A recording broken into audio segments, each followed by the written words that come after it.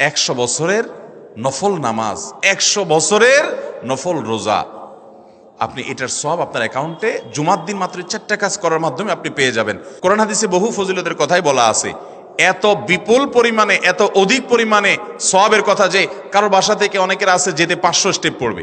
500 step পড়লে কতটুকু হয়? সামান্য একটু জায়গা যেতে 500 কদম হয়ে যায়। অনেকের বাসা থেকে যেতে 500 কদম পড়ে 300 কদম হয়।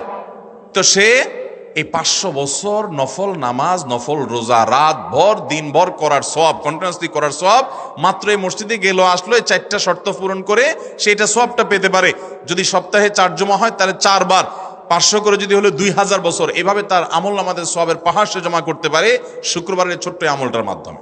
1 নম্বর গেছে বেশি বেশি দুরূদ পাঠ করা, 2 নম্বর হলো জুমার দিনে ফজর নামাজ জামাতের সাথে পুরুষরা পড়া, 3 নম্বর হলো সূরা কাহাফ পড়া, তেলাওয়াত করা, আর 4 নম্বর হলো এই 4 শর্ত পূরণ করে মসজিদে আগে আগে গিয়ে সুন্দর করে খুতবা শুনে চলে আসা। কোনো কথাবার্তা, খুতবা চলাকালীন সময় কোনো কথাবার্তা, অনর্থক কাজ